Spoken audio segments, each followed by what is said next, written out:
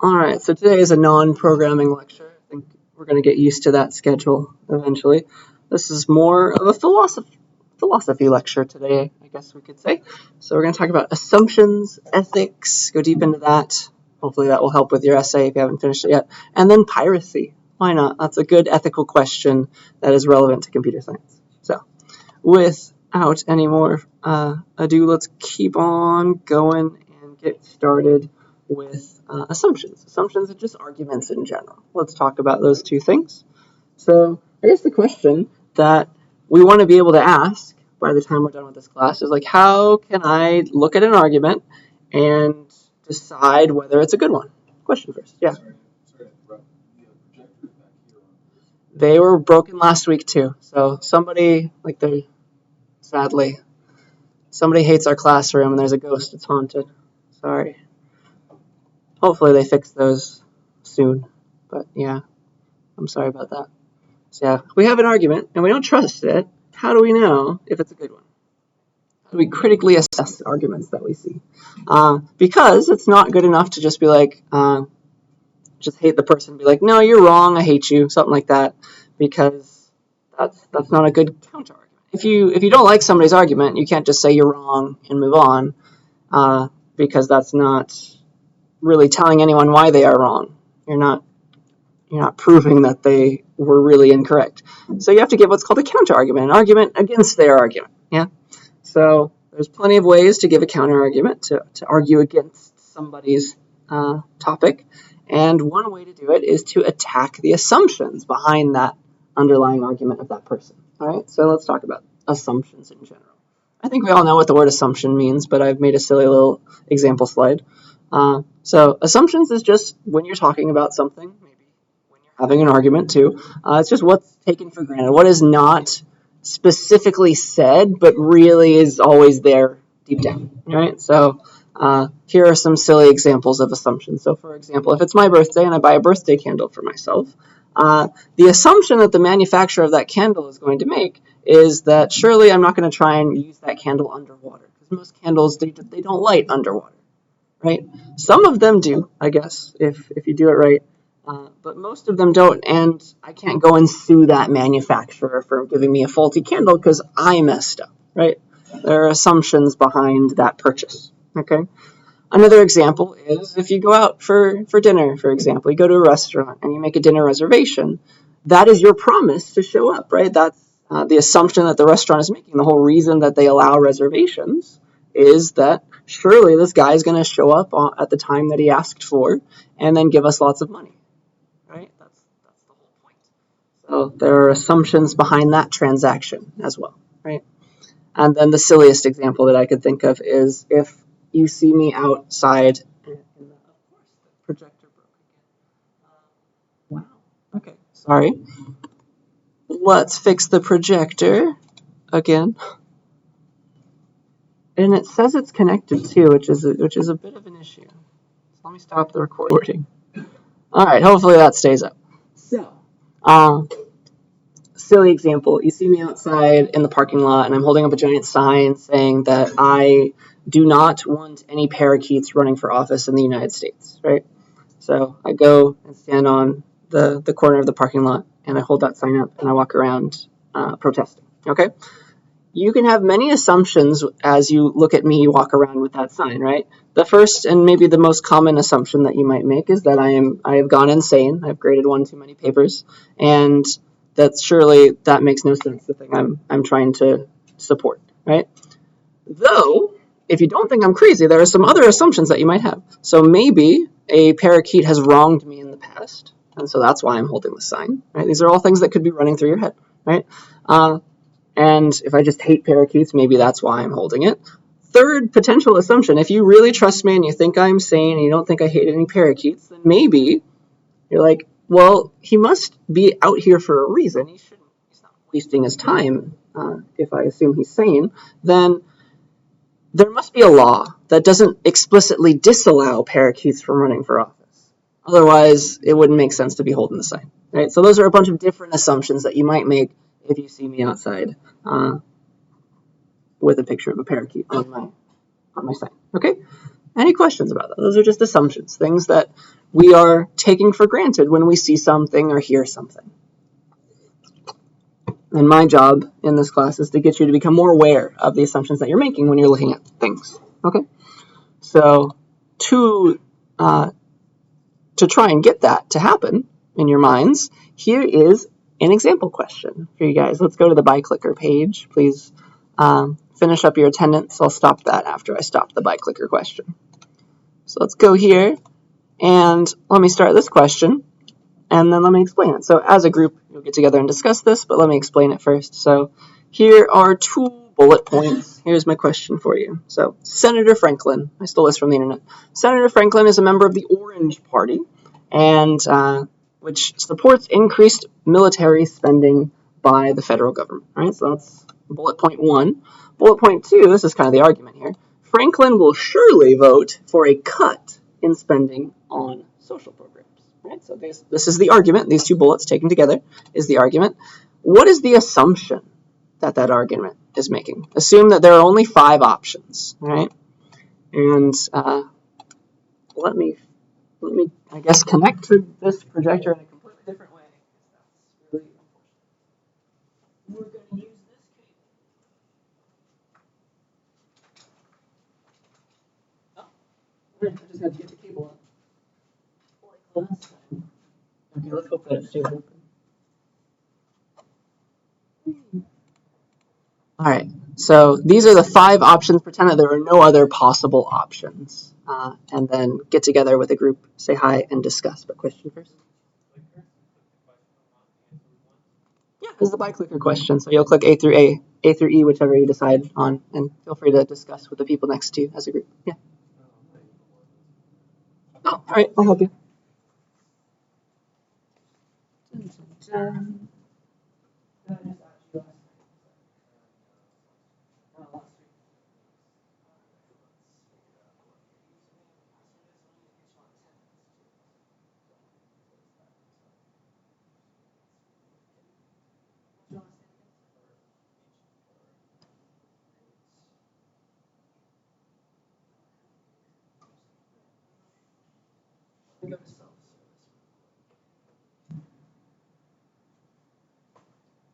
Oh, I see.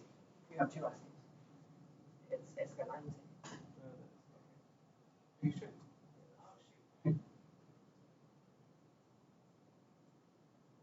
What's your first name?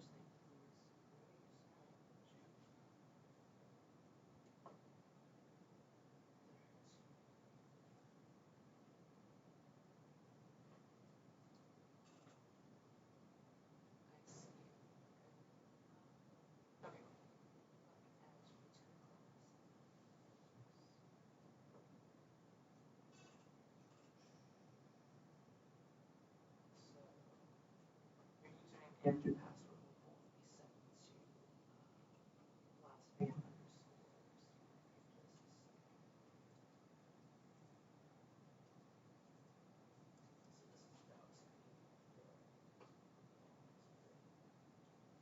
password will both be sent to last name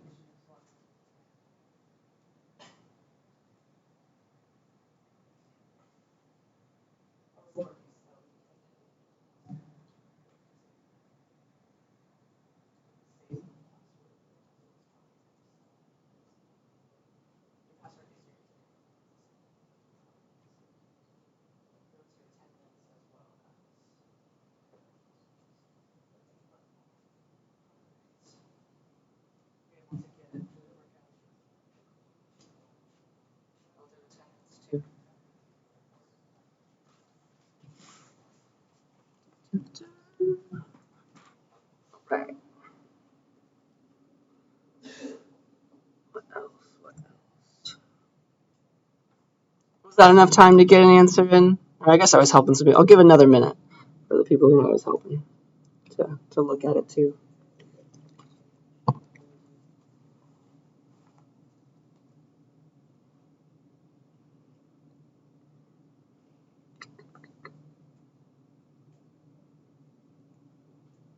What's the most likely assumption that's being made there?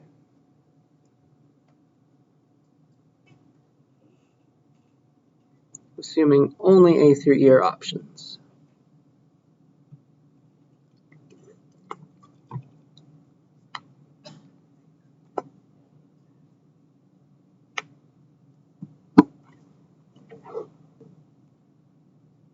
All right. I think that's enough time. I see 15 responses. Was that the same as attendance? So, all right. Did everybody do attendance, first of all? Step one. Raise your hand now if you have not done attendance. You did attendance? All right. We're done with attendance then. Thank you all. And now we can go to our bi-clicker question. Let's see what we're thinking. Ooh, we're not so sure. We don't even have a majority, but we're siding towards B as the option. But E is also valid, we think. So B and E might be the strongest contenders. We can leave those for the last. None of us think D. Maybe we can start with that one. Can anybody explain to me why D is not the right assumption? Yeah. I feel like that it does not get the, like, the Orange Berry has majority rights, majority Senate. I don't feel like that just doesn't give us enough detail and enough information to strongly have a strong enough opinion, strong enough of an argument to explain why they agree with these topics. Very good. Yeah, so just majority in the Senate means that maybe you're going to get your law passed, whatever you care about, but it doesn't say anything about what you care about. You see how it's not linking anything? So in essence, there are two bullets here. Bullet point 1, bullet point 2, and this is like saying something will happen. And then it's saying all this stuff first. So it's kind of like saying 1 is leading into 2. Senator Franklin is this, blah, blah, blah. Therefore kind of is missing. Therefore he's going to do this. Something like that, right? What else is not? So A, not a lot of us think A. Somebody who didn't pick A, why did you not pick it?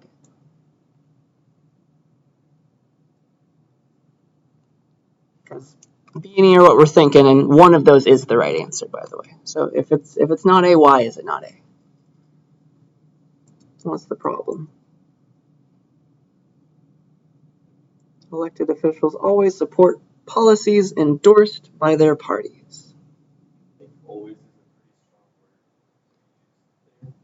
That's true. That is very true. That's very restrictive.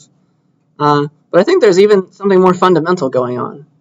I think this is saying Franklin will surely vote for a cut in spending on social programs. What's the Orange Party in favor of? Because that's all we know about Franklin. He's part of the Orange Party. What is the Orange Party like? Increased military spending.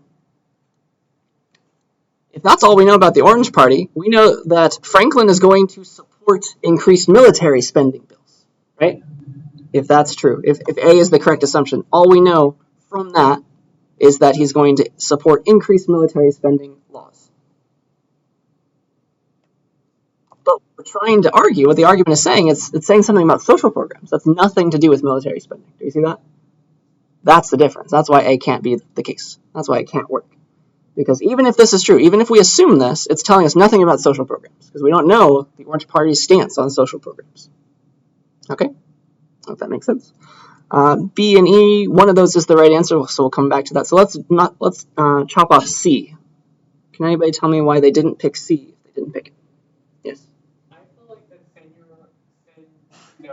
I feel like that one, Sen Naruto of Franklin, agrees with the party when I read that one. I feel like that was not strong enough of an opinion because, like, we know that it says that Senator Franklin agrees with the policies of the party, but we don't know why. It doesn't explain why does he agree with it, because there has to be an explanation about why he agrees with it, or else it won't really connect to the argument. Yeah, connection is the key here.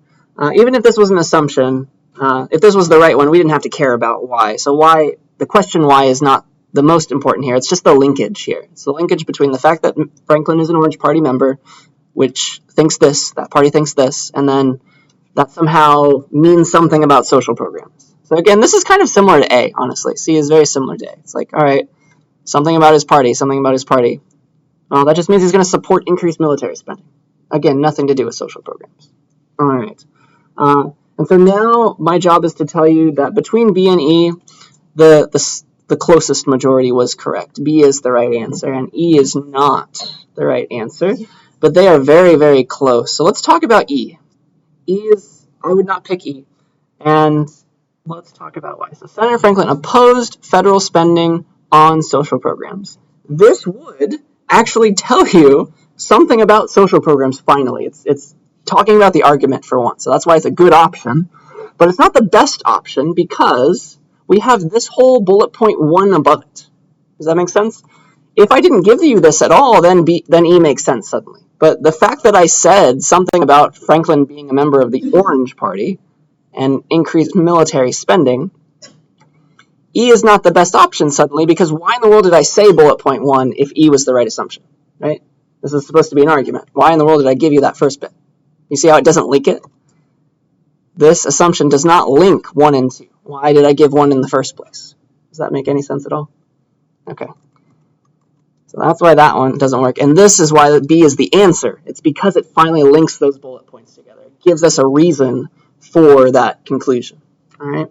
The only way to increase military spending by the federal government is, which is probably something that Franklin wants because that's part of his party's platform, I guess. The only way to do that is to cut spending on social programs. That finally gives us a reason to go from 1 to 2 and assert the fact that 2 must be true. Okay? The only way to increase military spending by the federal government is to cut spending on social programs. That's why it makes enough sense. If that was the only possible option, if those were the 5 possible options, then B is the right one. Does that make enough sense to us? Any questions about that? E was very subtly wrong because there was a lot of context and it did not explain the context. All right, we good to move on? That's assumptions, trying to pick it out of an argument. All right, let's keep on trucking. Let's talk about ethics now because that's going to help us write our essay that's due tomorrow if we haven't finished it yet. So, first of all, when it comes to ethical questions, there's no right answer, like we were talking about. You can either pull the lever or not pull the lever. You can argue either way. There's no right answer to those ethical questions. And if there isn't a right answer, then how in the world can we write about them? How can we resolve them in some sense of the word resolve?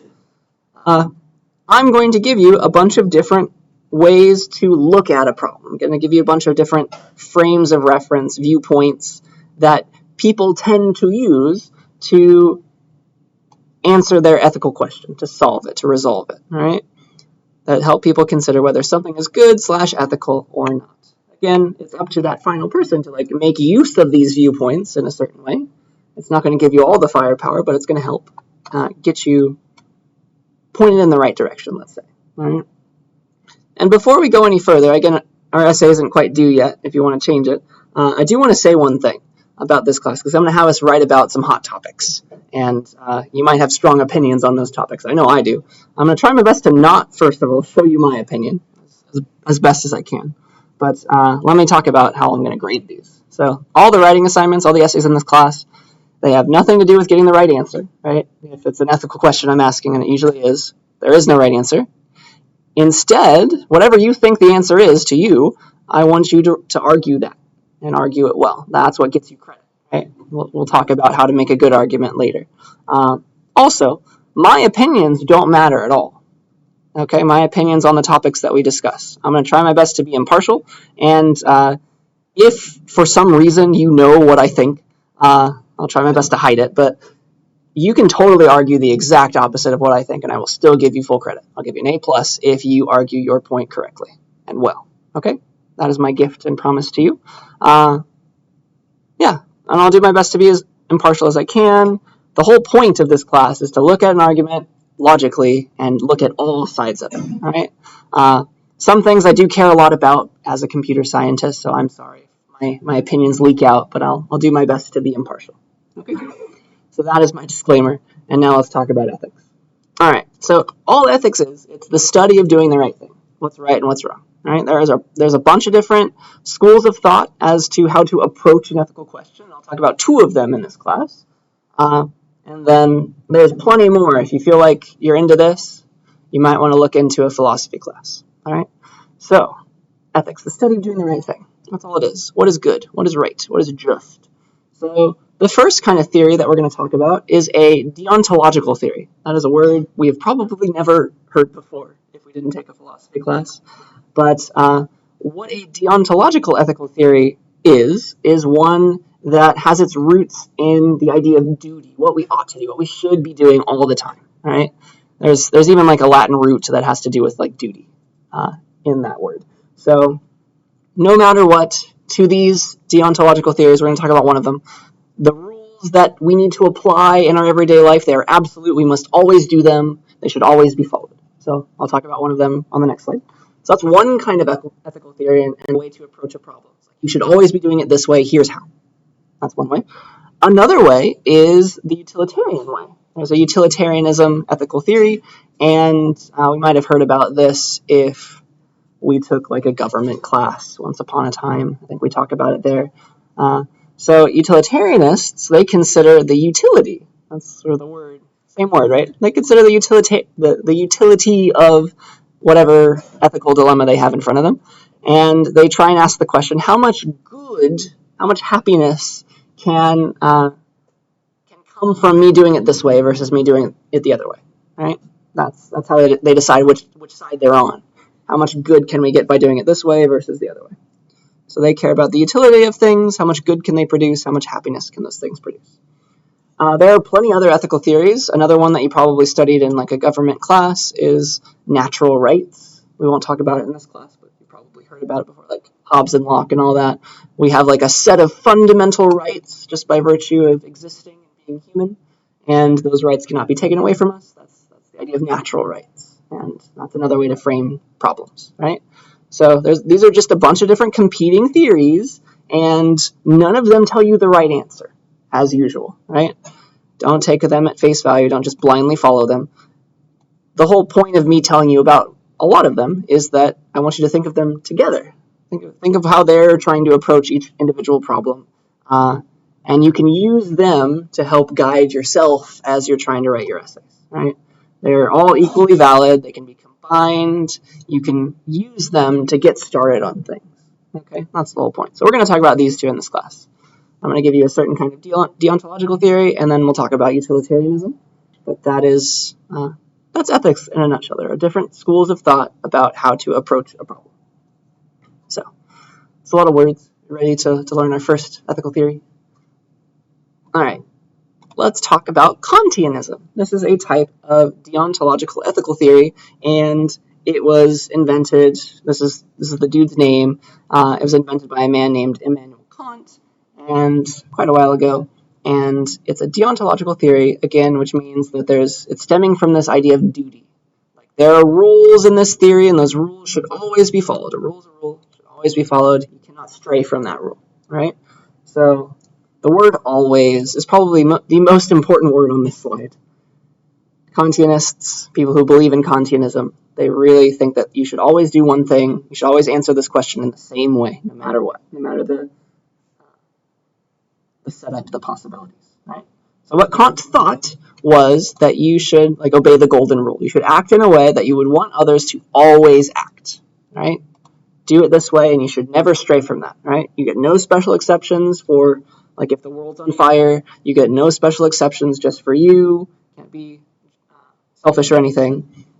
You have to act in a way you want others to always act. That's how Kant approached the problem. That's how Kantianists think. Another belief of Kant, and he tried to argue that these two bullet points were the exact same thing. They were saying the same thing in different ways, but we don't have to go that far. But again, there's the word always. I also thought that you shouldn't treat humans just as a means to an end to get something that you want. You should treat humans like humans, and they have hopes and wants and things, and you should not just try to be above them. So those are Kant's beliefs, and that's how Kantianists approach topics. I'm going to give us an example silly topic on the next slide. But again, it's an ethical theory, and it's a way to frame a problem and approach it. It's not always right. There's a glaring problem that people think about when it comes to Kantianism, and that's the fact that there are no exceptions ever for anything. You ought to always do it this way, right? So I guess 2 slides from now, I'll show you an example where it breaks down, right? There are a lot of terms when it comes to Kantianism. I've already said a lot of them. So here's how you keep them straight. So Kant was his last name. That's the guy. That's the noun. Kantianism, another noun. That's his philosophy. That's his deontological theory. Kantianism was the ethical theory that we're studying right now. Kantian is an adjective, like this. That was a Kantian argument, something like that. Okay? And then finally, Kantianist is another noun. That's a person who is a fan of Kantianism. Right? They all get jumbled in our brains, I know, but hopefully this slide helps at least a little bit. But here's a good example of Kantianism and why you, like what Kant would think, and then why it might break down, right? Why you might be able to easily think of a counter-argument to a Kantianist's point of view. So a good example, a standard example when you're learning about Kantianism is lying. Kant would be very, very opposed to lying because I don't ever want to be lied to, he would think. Therefore, I must never lie. I must always do it this way. I should always act in a way that I would want others to always act. I don't want anyone to lie to me, so I must never lie. All right? That's how he approaches the idea, the question of lying to someone. Okay? You can't lie in Kant's view. Right? And so he would ask the question, should everyone always lie? And the answer is, of course, no. All right? And so this might break down for this silly reason. Let's see here. I think you would want to lie in this scenario. So here's a picture of a house. Let's pretend this is my house. I actually have a house. And I'm rich or something. I do not. But let's pretend. And let's say that I am inside the house over here. Or let's just pretend I live with my parents still or something. And then like here's the front door. And here is a murderer. A murderer comes to my house. And he knocks on the door. And my mom answers. There's my mom. And the murderer says, I'm here to kill Lawton. Where is he? Right? This is an ethical question. What should we do in this situation? Where is he?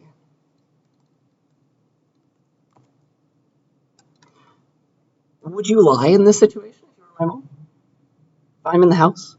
What do? You say something like, he's not here. He's outside playing or something. That's a very common thing to want to do, and you probably just saved me from being murdered if the murderer actually believes you. Okay? He's outside. Something like that. That's where Kantianism breaks down, right? There are some times where you really need that exception, right? You shouldn't usually lie, but maybe this is a very good example where you should. Does that make sense? Kant would say, no, you have to say he's in the house or something. And Kant's argument would be something like, what if I hear this conversation going on, if I hear the first part of the murderer and he's saying, I'm here to kill Lawton, where is he? And then I run out the window. And my mom says I'm outside. And suddenly my mom is an accomplice to my murder now because the murderer goes and looks outside the house. And I really have run out the window at this point. So I am outside. So, and that's how I die. So I guess that's Kant's point of view. You might as well just say the truth and try and fight back or something. So there's counter-arguments to the counter-arguments. You can go about this all day long. But 2 examples, I would say. Yeah. So,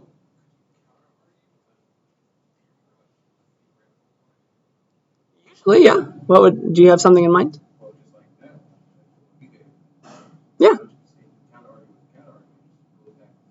Exactly. Did it sound logical at least to you? And then I would accept it as part of an essay. But yeah, as long as you make sense and you try and shut down the other argument, then I'll trust that you know what you're talking about. That's what it means to argue. Good question. Any others? So that's Kantianism. Kant would totally be opposed to lying, stealing, stuff like that. All right? Because he wouldn't want anyone to do it to him, so he must not do it. And that could potentially break down. Right? So that's one school of thought. Another school of thought is utilitarianism. That's where you focus on the consequences of things. Like you have something that you want to do, you're thinking about doing, you focus on the consequences of your actions, not whether you should even do them in the first place. Right? So that's utilitarianism, all about the word utility. A proponent of utilitarianism, a very famous person was John Stuart Mill, so I'll say his name a lot. And it's just like you have 2 outcomes, like should I do this thing, should I not do this thing? And then you just put them on a scale. You got to weigh them in a certain way. And here's how they do it. So you measure your actions in terms of the happiness or pleasure or good that they produce. That's what utility is defined to be. Okay?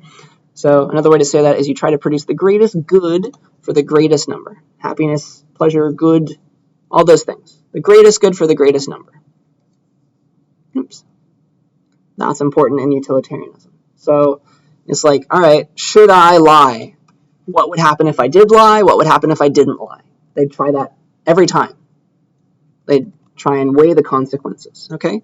And utilitarianism breaks down, just like Kantianism sometimes, because it's really hard to determine the consequences of an action, like the butterfly effect, if you've heard of that. You do this thing this one way, and that causes the entire universe to act differently. And it's really hard to list all those different things that could possibly happen, all the consequences of your actions. That's one problem. And then also, there's no individualism in utilitarianism. It's always just like, what is the greatest good for the entire population of the Earth? It has nothing to do with you specifically anymore. That's what you're trying to measure, okay? It's always in terms of everybody. That's another potential problem. That's what utilitarians might think. And this is a standard example. Maybe you can use this as firepower in your essay, but here's what utilitarians might say or think about when they're approaching the question of, should I kill one person to save 50? Okay?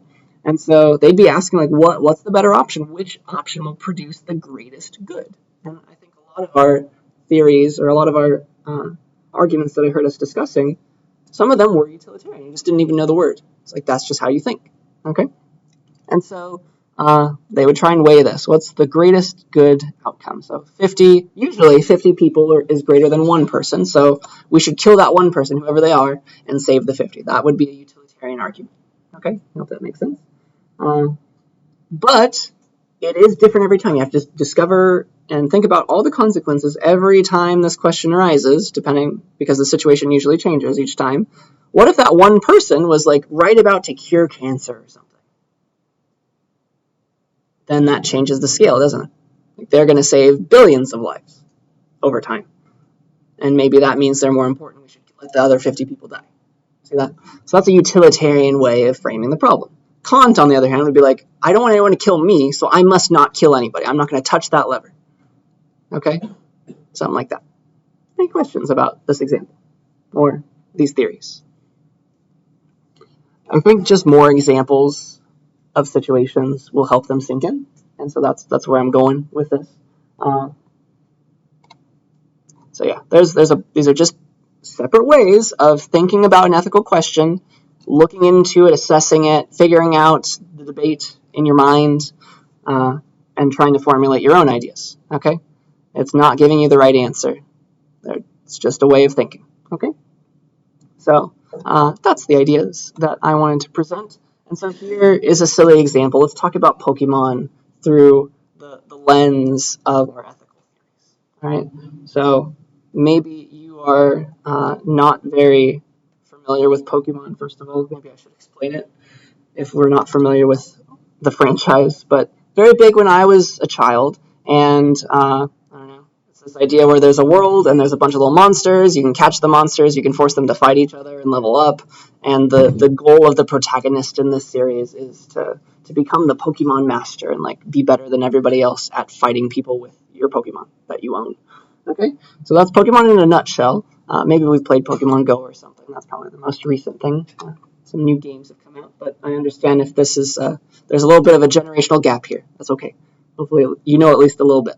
So Kant, if we approach Pokemon, the world of Pokemon, from Kant's perspective, he would always be thinking about the word always. Should I always be doing something? So when you hear the word Kant, think always.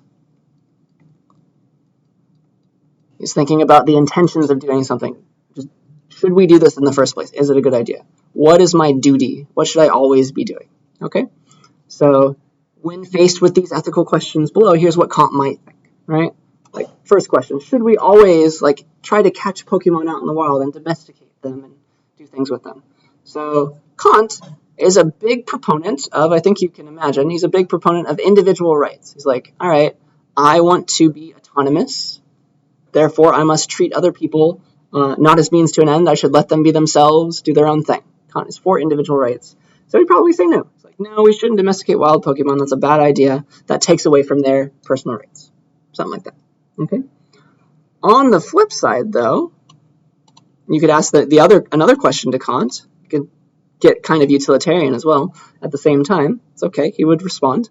Wouldn't it be true that Pokemon get a better life if we domesticate them? So like in the anime, there's like little resorts that the trainers take their Pokemon to, and if you're a wild Pokemon, you can't get in, something like that. So maybe they'd have a better life. So what would he say then? What would Kant say then? So there's always a pro-con list that you could be making here. What should we always be doing? And maybe Kant would go and try and weigh this. It's okay for him to be a utilitarian for a second. It's all about what should we always do, and you try to weigh his options. So like, at least in our world, animals live longer in captivity. Maybe that's a pro. Maybe that's a reason to keep them and catch Pokemon, something like that. Another con is they lose individual freedoms. Another pro is they can get to a higher level if we force them to fight each other than they would in the wild. So he would use these pro-con lists to figure out, should I always be doing this thing? Because once he decides, he must always do it that way, right? That's what Kant thinks, right? So he's always going to use the word always. Another question, like, should we always use Pokemon to further our own dreams of catching them all and becoming Pokemon masters in this world? Kant, again, absolutely not. That's using Pokemon as means to an end. That's one thing he was not happy about, right? And he's always for individual rights. So this is how he would think about these silly little questions. Hopefully it's helpful. There is like a terrorist group in the world of Pokemon. It's called Team Rocket. If we ask Kant, should we work to eliminate Team Rocket? And he would probably say yes. Should I always try and prevent something that's harmful? And the answer is probably yes, even if it means using Pokemon to fight that group. So that's my silly example of Kantianism in the Pokemon world. Are there any questions about that? Hopefully his thoughts are making a little bit more sense as I give you more examples. All right. Next, we have John Stuart Mill, who is a utilitarian. And so when you see his name, you think the word consequences. That's what we're judging each time. And you should also think about the word utility, which stands for like good, pleasure, productivity, whatever is good in your world. That's useful, utility. So if you ask these same questions to Mill, John Stuart Mill, he would try to weigh them, right? He would definitely always be making a pro-con list for this particular situation. So he'd be asking, all right, what do we gain from owning Pokemon? What do they lose to decide whether or not he should become a Pokemon trainer, right? So he'd make the pro-con list like, all right, they're a little bit less free now if I were to capture them and have them belong to me. And that decreases the total utility of the universe, right? He's always considering everything all at once. It's not just him. Utilitarianism is not a selfish theory, I should say, right? A pro to owning Pokemon is they allow us to rise up in status, which means we can buy them better things, give them better food, whatever. Maybe they will themselves be like pampered and treated better. So that's a pro for owning Pokemon. So that would be the kind of weighing that John Stuart Mill would do as a utilitarian, and he would come to some conclusion like, all right, the pros outweigh the cons, or the cons outweigh the pros. Something like that, right? Another question to a utilitarian would be something like, is leveling up a Pokemon a good thing? Because you're forcing them to fight each other. And so again, a utilitarian would always make a pro-con list. Like, a pro of that would be, okay, it probably makes Pokemon healthier. Like, it's like exercise for them, I guess. It's like wrestling. But a con would be like, is it really a good thing to make a Pokemon fight another Pokemon? That would be, I'm sure there might be some emotional issues there that might arise. So that's the kind of weighing that would be happening again. And this is a silly example, but I hope you get the idea that's underlying everything. This is how a utilitarian would think. And again, there is no right answer. Like, it's your job as the person who's using this theory to decide, okay, the pros outweigh the cons, or the cons outweigh the pros. But at least this is a good way to get started. All right? Any questions about any of that before I get to a topic that is near and dear to your hearts? All right. So where I'm going with this, something that we probably care a lot about, is let's talk about piracy. Piracy on the internet, stealing things, stealing virtual things. And that also leads into a discussion about intellectual property. And then I'm going to give you like a little mini debate, I think, and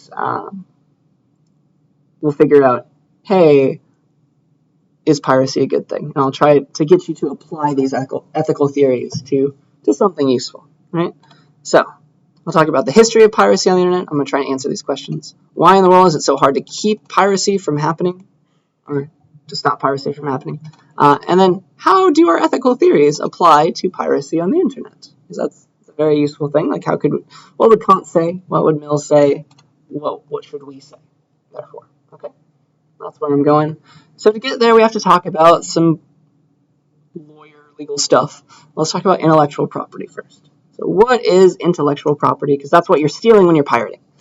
And a piece of intellectual property is a creative work, lawyers might say, but it's something that is intangible. You cannot touch it. Okay. So these are things like you usually get a copyright for your software or your music. You usually get a patent for your program, trademarks, trade secrets, software, all those kinds of things. That's examples of creative works that you can apply those things to. But if it's intangible, what does that mean to steal it, right? So if you were to go rob a bank right now, like you would go walk away with a bag of money and the bank wouldn't have it anymore, right? It's your money now, not the bank's. But piracy on the internet is very different from that, I would argue. It's like walking away from a bank with a bag of money when the bank still has a bag of money inside of it, right? All you did was copy it. So yeah, there's a bit of a difference between stealing and stealing in real life and stealing on the internet. So what does it mean to steal it? Should stealing / copying intellectual property be treated the same as like stealing a physical object? And so the meme back in the day was like, you wouldn't download a car. And of course we would, right? So that's what intellectual property is. It's intangible things, but you can still patent it. You can still copyright it. And so people who own that intellectual property want to fight against people taking it for free because they're trying to make money. Okay, so let's talk about some history. What happened back in the day when piracy started becoming rampant? Really, I guess the reason it first happened was that internet speeds finally became fast enough to actually download something useful in relatively quickly. So the very first program that caught lots of popularity was called Napster. Have anyone heard of that?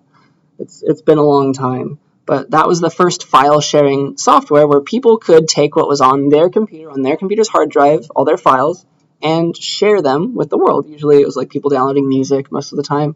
And so here's a screenshot on a very old version of Mac OS of that Napster program running. This company, the people who made this program, they got sued, of course, and they were shut down in 2001. Okay, so that was, 22 years ago? Been a while.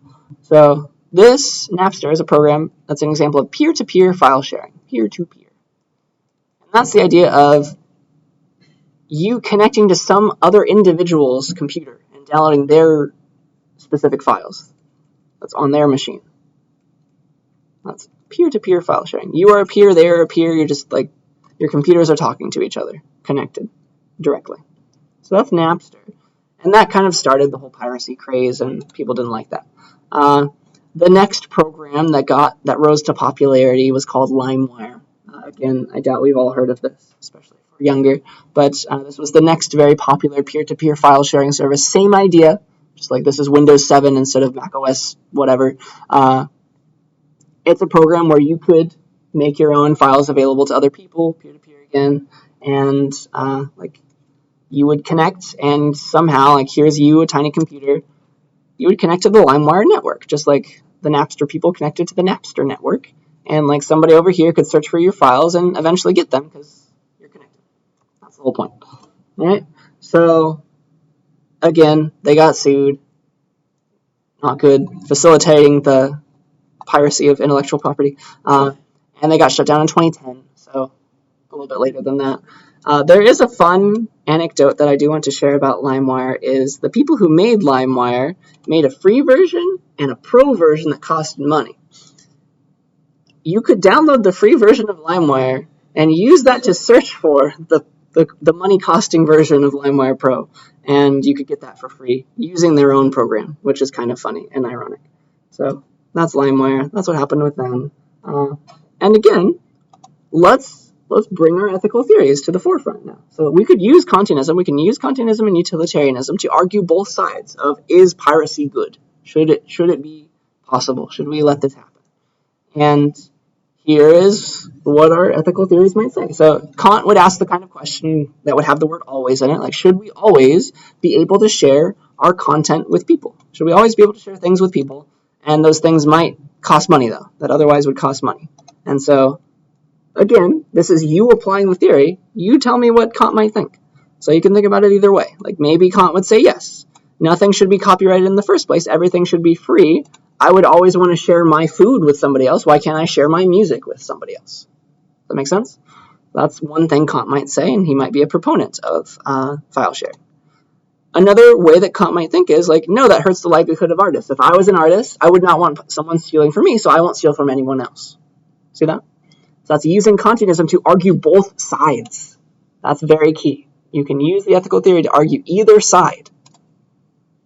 This is very important. You just got to ask the word always. Use the word always in your question when you're using Kantianism. And then utilitarianism is all about a pro-con list. Like what makes the most people happy? What provides the most utility? And you got to weigh that yourself.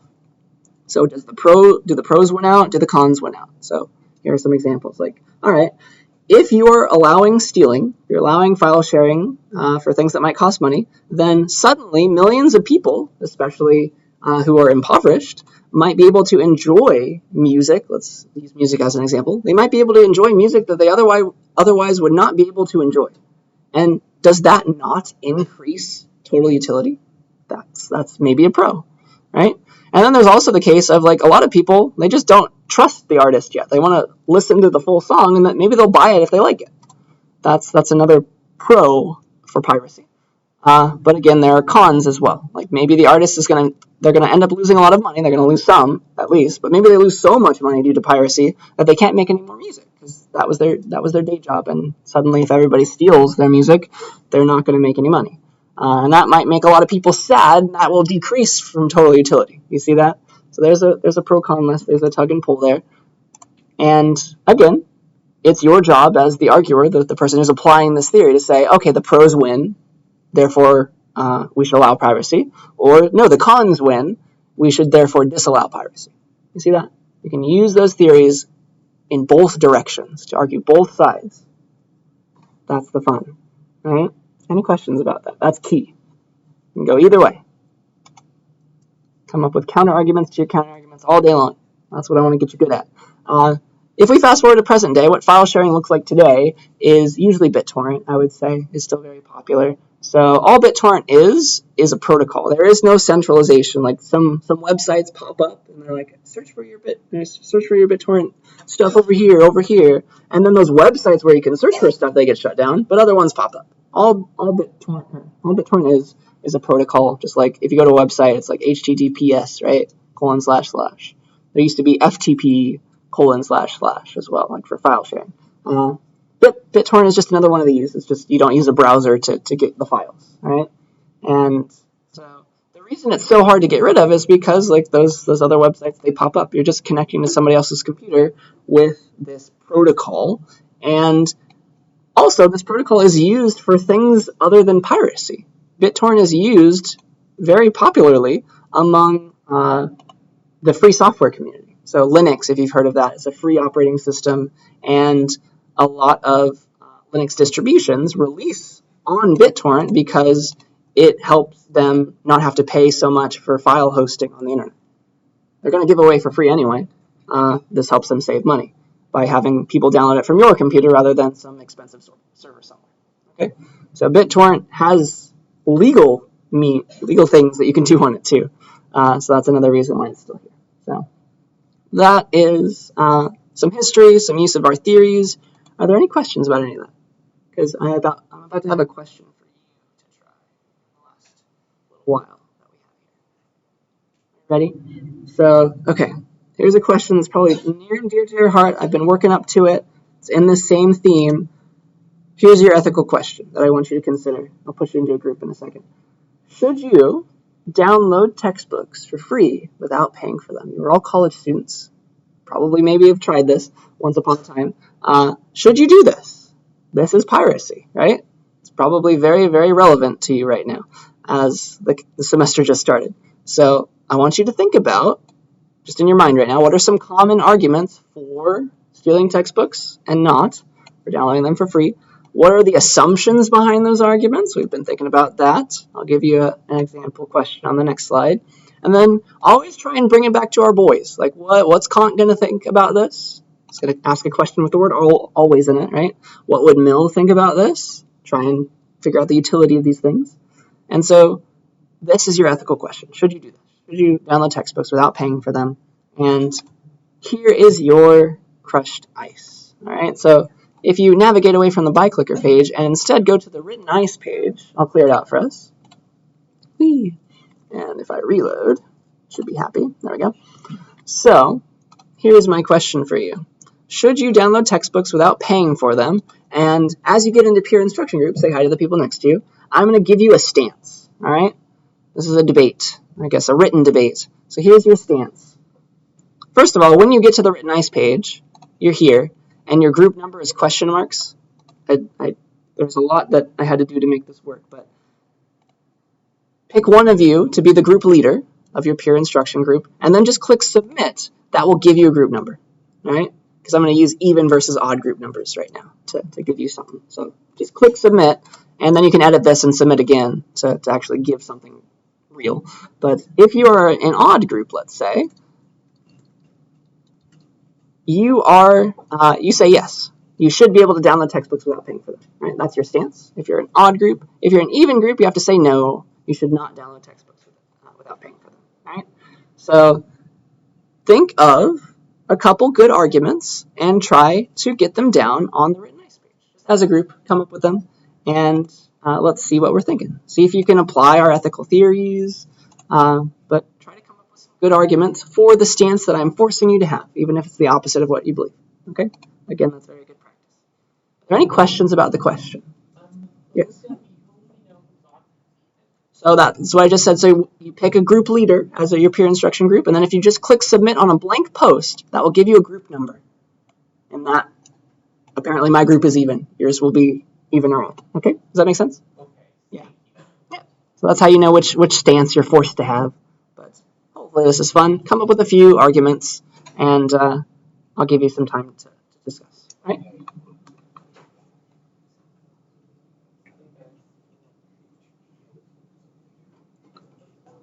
Take about 5 minutes or so.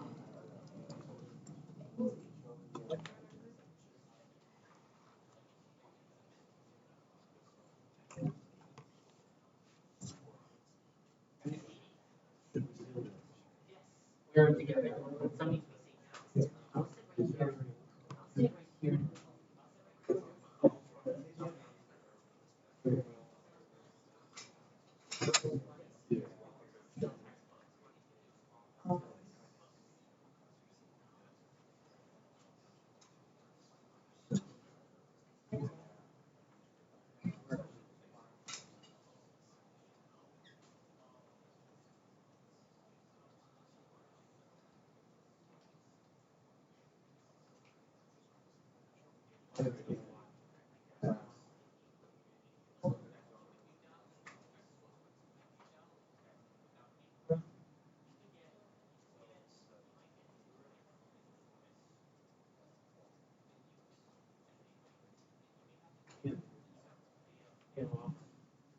Oh, sorry.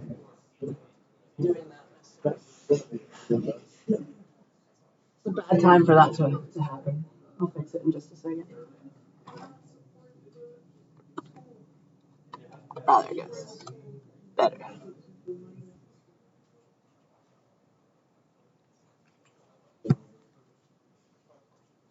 Never mind. After class.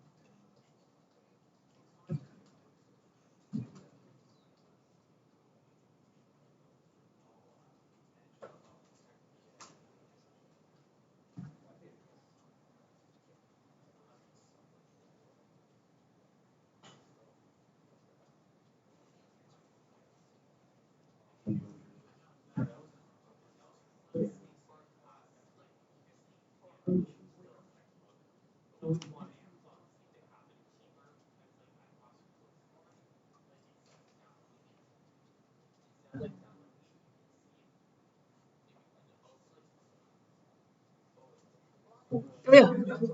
Yeah.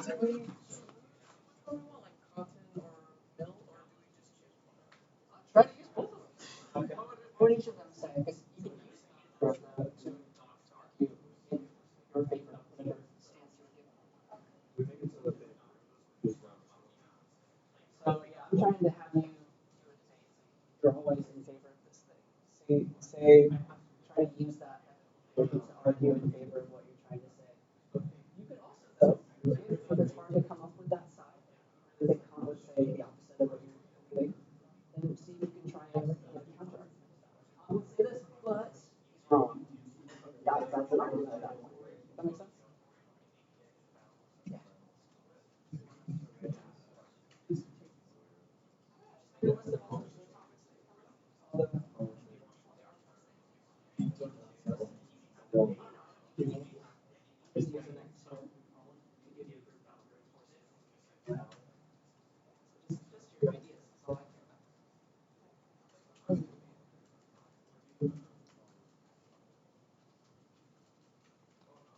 All right, take 2 more minutes to get some good stuff down, and then we'll come back together.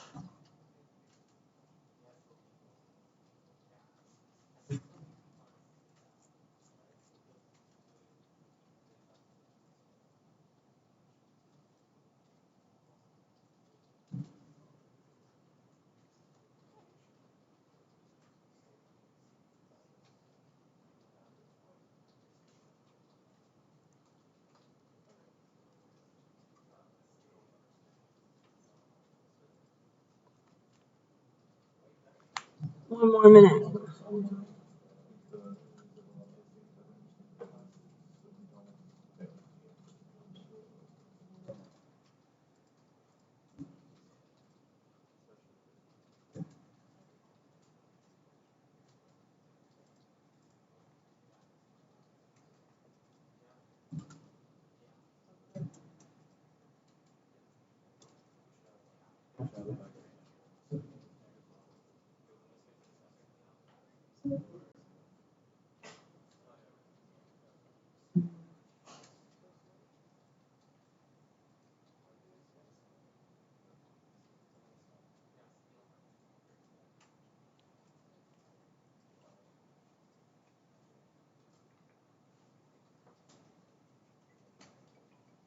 All right, that's my timer. Let's come back for just a second because I do have a second step to this that I want you to think about as well.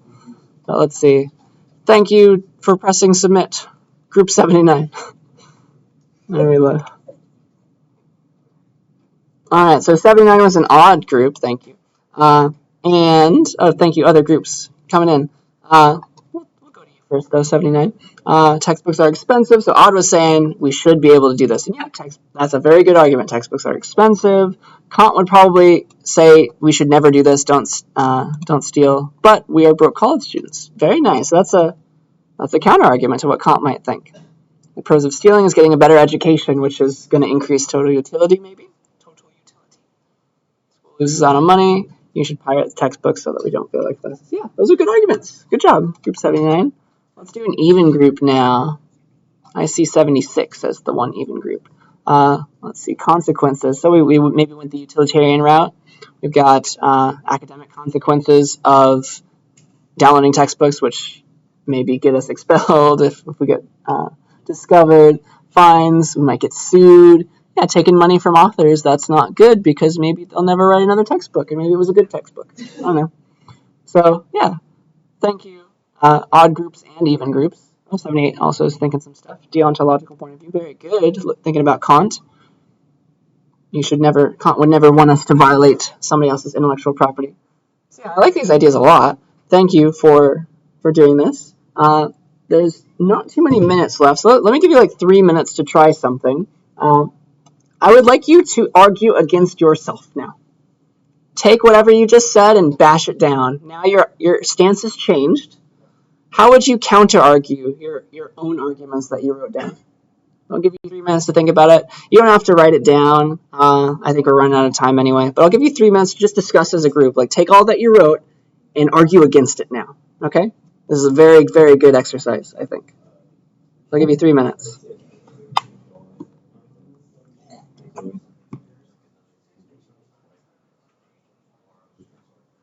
You don't have to write it down. Just discuss.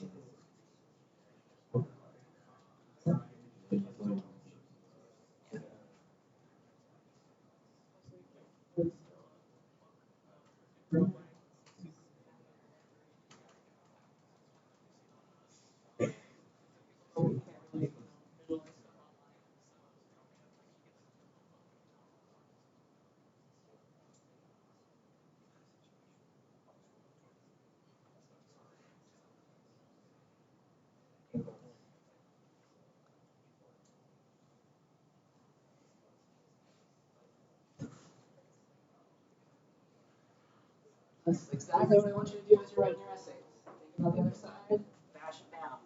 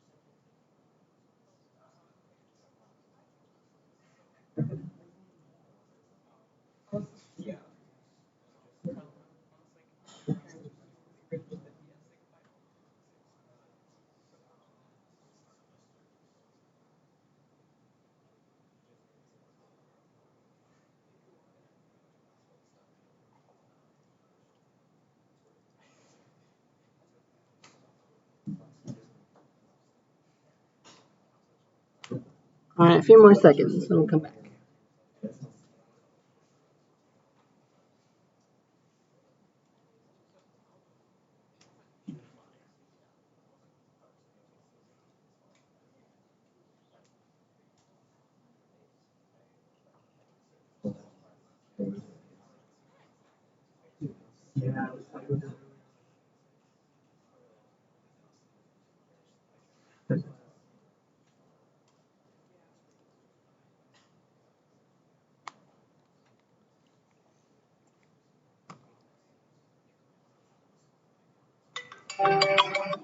All right, let's come back.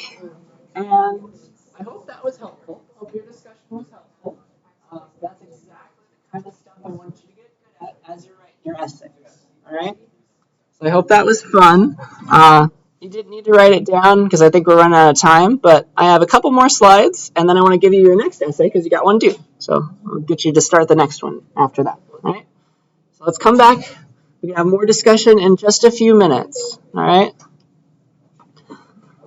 So here's what I thought. Here are my best guesses to what some arguments for and against, what Kant might say, what Mill might say. Some of us already said all this, but here it is written down at least, and it's not going to go away. But here's some arguments for stealing. Like maybe the publisher was charging way too much money.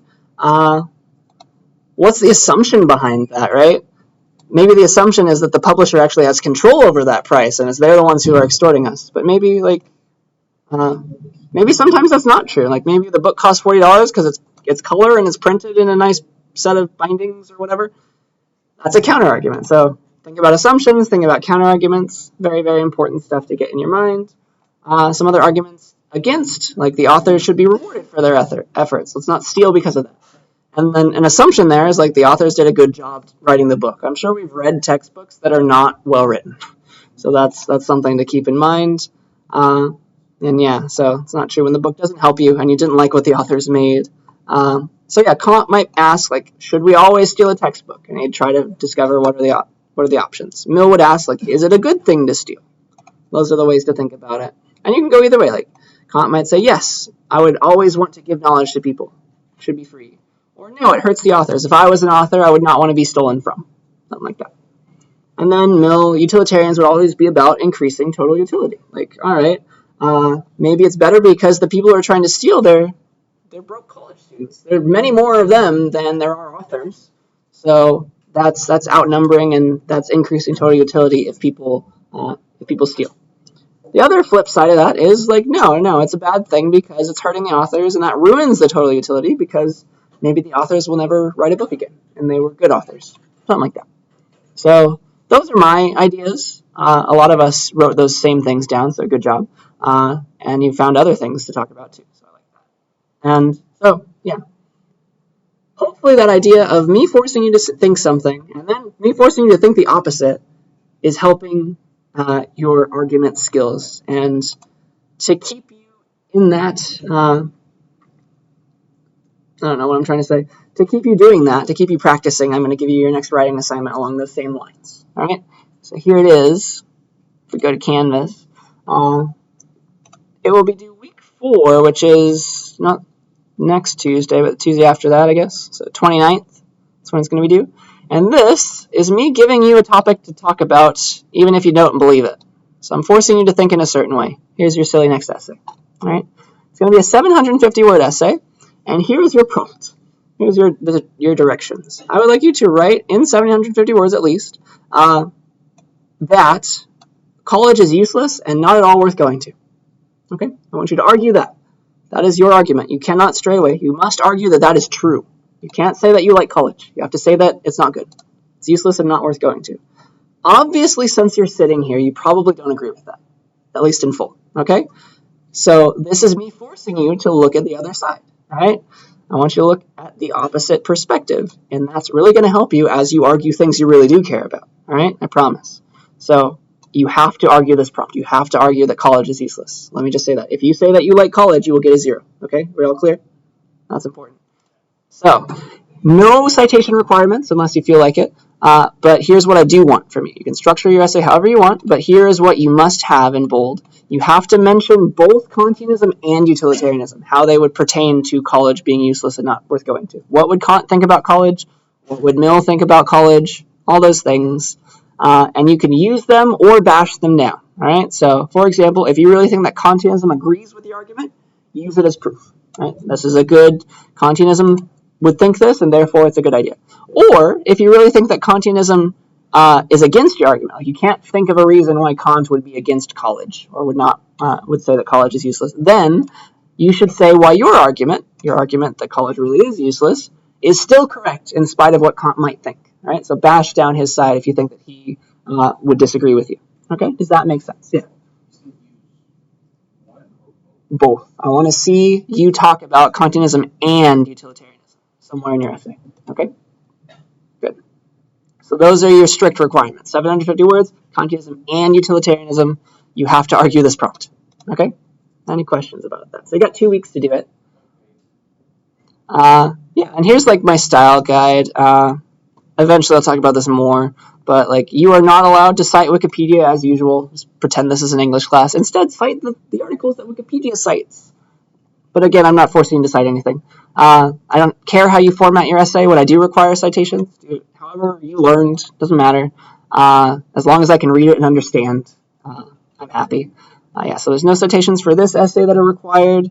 But you can cite things if you want to. There's a cool programming language for writing. There's a programming language for writing if you want to learn it. It's called LaTeX.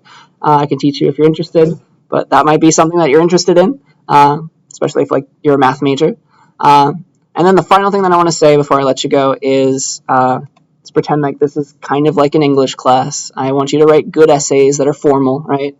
So in this essay and in future ones, I will mark you down if your writing is too informal or if you use contractions, right? That's like you're texting somebody. It's not an essay at that point, right?